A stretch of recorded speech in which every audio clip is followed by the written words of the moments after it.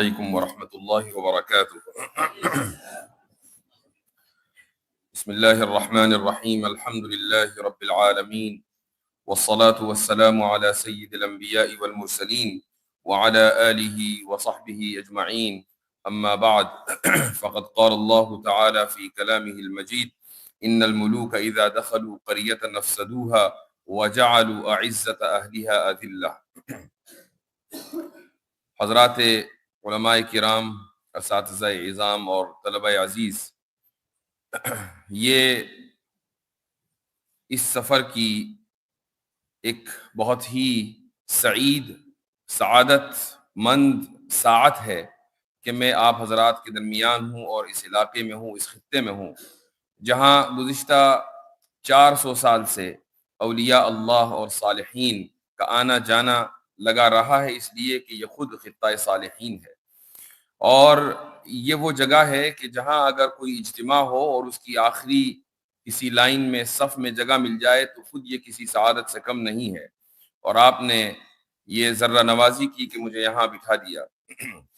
ارادہ یہ تھا کہ یہاں پر ملاقات کر کے آگے کا سفر کیا جائے گا۔ میں اس وقت دیوبند کے راستے میں ہوں، اور آپ کو معلوم ہے کہ سردی کے ایام میں سفر کا وقت بڑا مختصر ہو جاتا ہے، تو ارادہ یہ تھا کہ 10-12 منٹ آپ سے گفتگو کریں گے اور اس کے بعد انشاءاللہ اجازت دیں گے۔ ویسے ارادہ ابھی بھی یہی ہے، تو تھا کا مطلب یہ نہیں ہے کہ اب ارادہ بدل گیا، ارادہ ابھی بھی یہی ہے۔ تو کچھ باتیں آپ حضرات کے ساتھ آپ کے گوش گزار کرا کے انشاءاللہ اجازت دیں گے۔ یہ جو آیت میں نے آپ کے سامنے پڑھی ہے، اس آیت میں اللہ تعالیٰ یہ فرماتا ہے کہ بادشاہ جب کسی بستی میں داخل ہوتے ہیں تو وہاں کے معزز لوگوں کو ذلیل بنا دیتے ہیں۔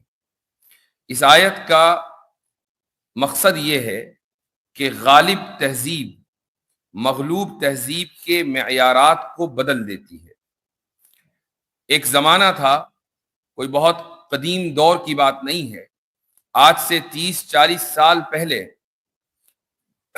نہ صرف یہ کہ گاؤں میں بلکہ قصبات میں اور شہروں میں برقعوں میں گھونگھٹ نکالی خواتین، مسلمانوں میں برقع اور غیر مسلموں میں گھونگھٹ، یہ بہت عام بات تھی اور اس کا رواج تھا، اس کو برا نہیں سمجھا جاتا تھا۔ لیکن پھر ایک تہذیب غالب آئی جس کو ہم مغربی تہذیب کہتے ہیں، اور اس نے مشرقی ممالک کے ان معیارات کو بدل دیا۔ مسلمانوں میں خواتین میں برقعے میں کا چلن کم ہو گیا، شہروں کے اندر تقریباً ناپید ہو گیا، اور اسی طریقے سے غیر مسلموں کے یہاں بھی جو گھونگھٹ نکالنے کا رواج تھا اس کو مایوس سمجھا جانے لگا، آؤٹ ڈیٹڈ سمجھا جانے لگا، اور یہ سمجھا جانے لگا کہ یہ ترقی کی راہ میں رکاوٹ ہے۔ تو ہم خود اپنی آنکھوں سے اس چیز کو دیکھ رہے ہیں کہ ایک تہذیب جب غالب آتی ہے تو مغلوب تہذیب کے جو رواج ہیں، کلچر ہیں، اور اسی طریقے سے جو ان کی روایتیں ہیں، وہ سب کی سب بدل جاتی ہیں اور معیوب مانی جاتی ہیں۔ مغربی تہذیب کا اس وقت دورہ ہے، پوری دنیا مغربی تہذیب کے شکنجے میں ہے، اور مغربی تہذیب کا مطلب یہ نہیں ہے کہ اگر آپ کسی اسلامی ملک میں ہیں، مثلا آپ مکہ میں رہتے ہیں، آپ مدینہ میں رہتے ہیں، تو آپ اس سے محفوظ رہیں گے، یہ کوئی ضروری نہیں ہے۔ آپ کعبۃ اللہ میں بھی رہیں اور مغربی تہذیب کے اثرات آپ کے اوپر حاوی ہوں، آپ کی زندگی میں پائے جائیں، تو آپ مغربی تہذیب کا شکار ہو چکے ہیں۔ اس سے کوئی فرق نہیں پڑتا کہ آپ حرم مکی میں ہیں کہ حرم مدنی میں ہیں۔ تو مغربی تہذیب کا شکنجہ اس وقت پوری دنیا کو لیے ہوئے ہے اور پوری دنیا اس کے شکنجے میں ہے، لیکن سوال یہ ہے کہ مغربی تہذیب ہے کیا؟ اس کی چند خصوصیات ہیں۔ پہلی اس کی خصوصیت ہے یونانی تہذیب سے اس کا اثر، اس کی اثر انگیزی، یعنی مغربی تہذیب یونانی تہذیب سے متاثر ہے۔ آپ دیکھیں گے کہ اگر مثلا ترکی جائیں یا یورپ میں کہیں چلے جائیں تو ایک خاص قسم کا کلچر ہے، آرکیٹیکچر ہے، خاص قسم کی عمارتیں بنتی ہیں۔ یہ تو خود اس علاقے کے اندر ہوا، لیکن اسکولوں کے ذریعے، کالجوں کے ذریعے جو نظام تعلیم پوری دنیا میں رائج ہوا ہے، یہ دراصل اس فکر کا امتداد ہے کہ جو یونانی زمانے سے، یونانی دور سے چلی ہے۔ مثلاً یونانی تہذیب میں یہ مسئلہ اٹھا کہ ہم کسی بھی چیز کو اگر جانتے ہیں تو کیسے جانتے ہیں؟ آیا صرف حواس کے ذریعے جانتے ہیں یا عقل کے ذریعے بھی جان سکتے ہیں؟ اور اس زمانے میں دو مکتب فکر ہوئے۔ ایک مکتب فکر کو لیڈ کر رہا تھا ایک مشہور فلسفر جس کا نام ہے افلاطون۔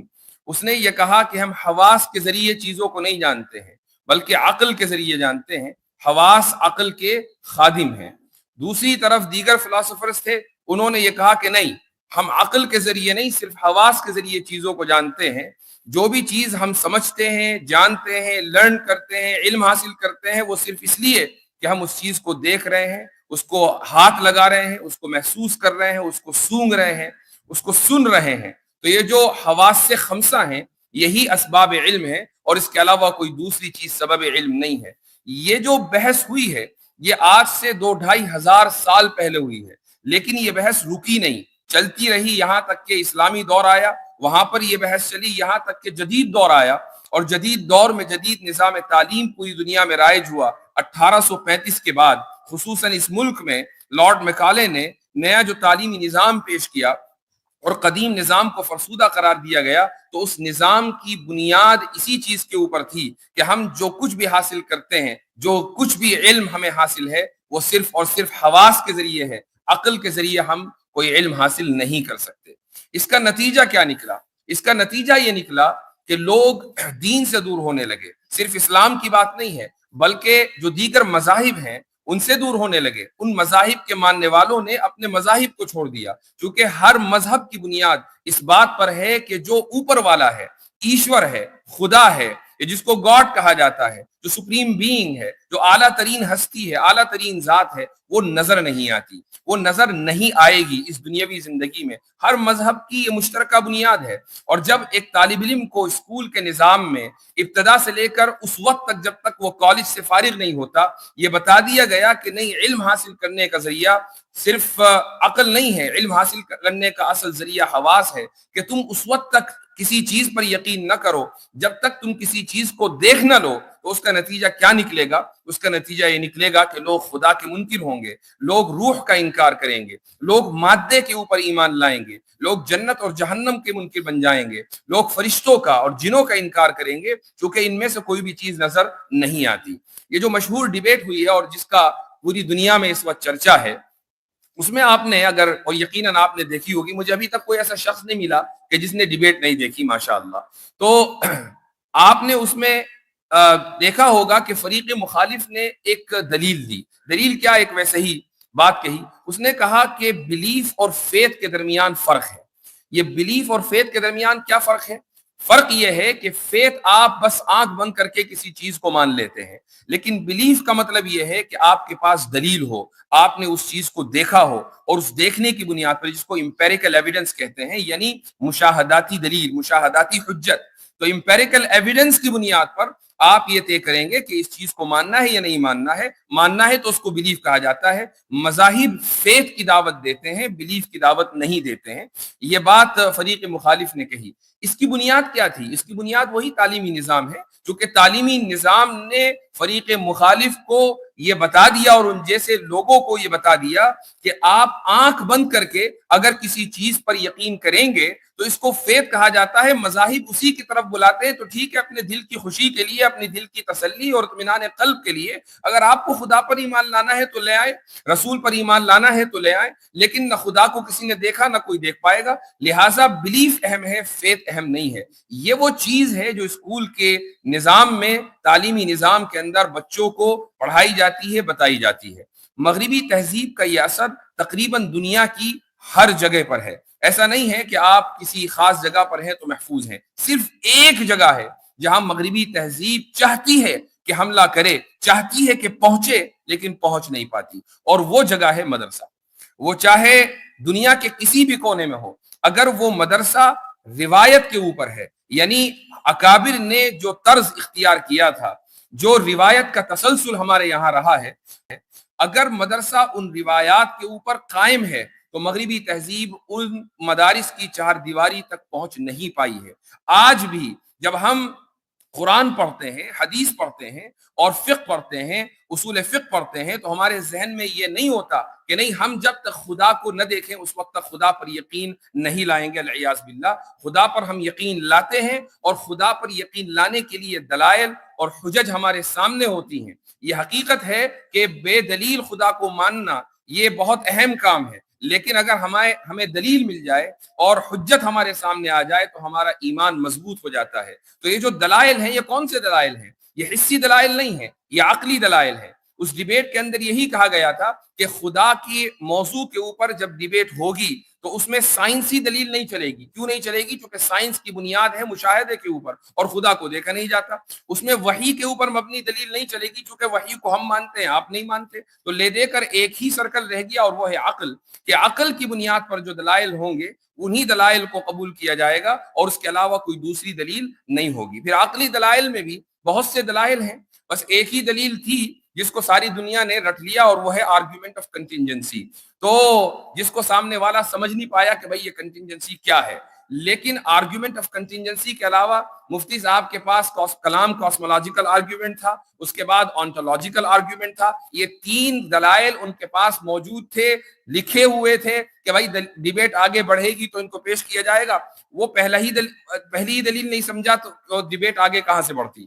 تو حقیقت یہ ہے کہ مغربی تہذیب سے اس وقت پوری دنیا جوجھ رہی ہے، اور اگر کوئی ادارہ یا سمجھ لیں کہ کوئی طبقہ محفوظ ہے تو وہ مدارس کا طبقہ ہے۔ مدارس میں پڑھانے والے اساتذہ ہیں اور مدارس میں پڑھنے والے طلبہ ہیں، لیکن جب یہی طلبہ ان مدارس سے نکل کر عملی زندگی میں قدم رکھتے ہیں اور خصوصاً یونیورسٹیوں کا رخ کرتے ہیں، تو یہاں پر بعض مرتبہ، ہمیشہ نہیں، بعض مرتبہ ایسا ہوتا ہے کہ ان کے سوچنے کا رخ بدل جاتا ہے اور ان کی فکر بدل جاتی ہے، اور وہ وہاں کے ماحول سے متاثر ہو جاتے ہیں، اور وہاں جو فلسفہ پیش کیا جاتا ہے وہ اس کو حقیقی فلسفہ سمجھنے لگتے ہیں، اور یوں آہستہ آہستہ ان کی طرز زندگی میں تبدیلی آتی ہے، اور پھر آخر کار ان کی فکر بدل جاتی ہے۔ وہ بعض مرتبہ لبرل بن جاتے ہیں، فیمنسٹ بن جاتے ہیں، پروگریسو بن جاتے ہیں، وغیرہ وغیرہ۔ تو یہ ضروری ہے کہ جب تک آپ مدرسے میں ہیں تب تک تو محفوظ ہیں ہی، لیکن اس کی حفاظت اس وقت بھی کرنی ہے جب آپ ایک مخالف ماحول میں جائیں۔ اگر آپ کو یونیورسٹی میں جانا ہے تو وہاں جا کر بھی آپ اسی فکر کی آپ یاری کریں کہ جس فکر کو آپ نے اپنے اساتذہ سے یہاں سیکھا ہے، اور یہاں اس فکر کو آپ لے رہے ہیں۔ ایک روایت، ایک حدیث آپ کے سامنے پیش کر دوں، اور یہ بھی ہمارے دور سے متعلق ہے۔ رسول اکرم صلی اللہ علیہ وسلم کا ارشاد ہے کہ سیأتی علی الناس سنوات خداعات، کہ ایک زمانہ ایسا آئے گا کہ وہ دور ایسا ہوگا کہ جس میں ہر طرف دھوکہ ہی دھوکہ ہوگا۔ سنوات خداعات، ہر طرف دھوکہ، یہ نہیں پتا چلے گا کہ سچ کیا ہے اور جھوٹ کیا ہے، اور ہم اس دور میں جی رہے ہیں۔ یہ فیک نیوز کا دور ہے۔ سوشل میڈیا پہ آپ ایک چیز چلا دیں اور وہ اتنی دور تک جاتی ہے کہ آپ کو اندازہ نہیں ہوتا، اور اس چیز کو ہم کنٹرول نہیں کر سکتے۔ آپ جھوٹ چلا دیں تو جھوٹ چلے گا، سچ چلا دیں تو سچ چلے گا۔ تو سیأتی علی الناس سنوات خداعات یصدق فیہا الکاذب ویکذب فیہا الصادق، کہ جس میں سچے کو جھوٹا سمجھا جائے گا اور جھوٹے کو سچا سمجھا جائے گا۔ وَيُؤْتَمَنُ فِيهَا الْخَائِنُ وَيُخَوَّنُ فِيهَا الْمُؤْتَمِنُ، کہ ایک ایماندار کو خائن سمجھا جائے گا اور خائن کو ایماندار سمجھا جائے گا۔ اور آپ نے اس کے بعد فرمایا وَيَنْطِقُ فِيهَا الرُّوَيْبِضَةُ، کہ رویبضہ اس دور میں رویبضہ کلام کریں گے۔ تو صحابہ نے کہا کہ یا رسول اللہ ومر رویبضہ، کہ رویبضہ کیا چیز ہے؟ تو آپ علیہ الصلاۃ والسلام نے ارشاد فرمایا کہ الرجل التافہ یتکلم فی امر العامہ، کہ ایک گھٹیا قسم کا انسان کہ جو پبلک افیئرز میں، امر العامہ یعنی عوام کے مسائل کے اوپر اپنی رائے دے گا، پبلک افیئرز میں اپنی رائے دے گا، ایسا شخص رویبضہ کہا جاتا ہے۔ اس وقت اس زمانے میں رویبضہ کا بول بالا ہوگا، وہی بات کر رہا ہوگا۔ ہم اس دور کو اپنی آنکھوں سے دیکھ رہے ہیں، اس کا تجربہ کر رہے ہیں، معیارات بدل چکے ہیں اس تہذیب کے غلبے کی وجہ سے۔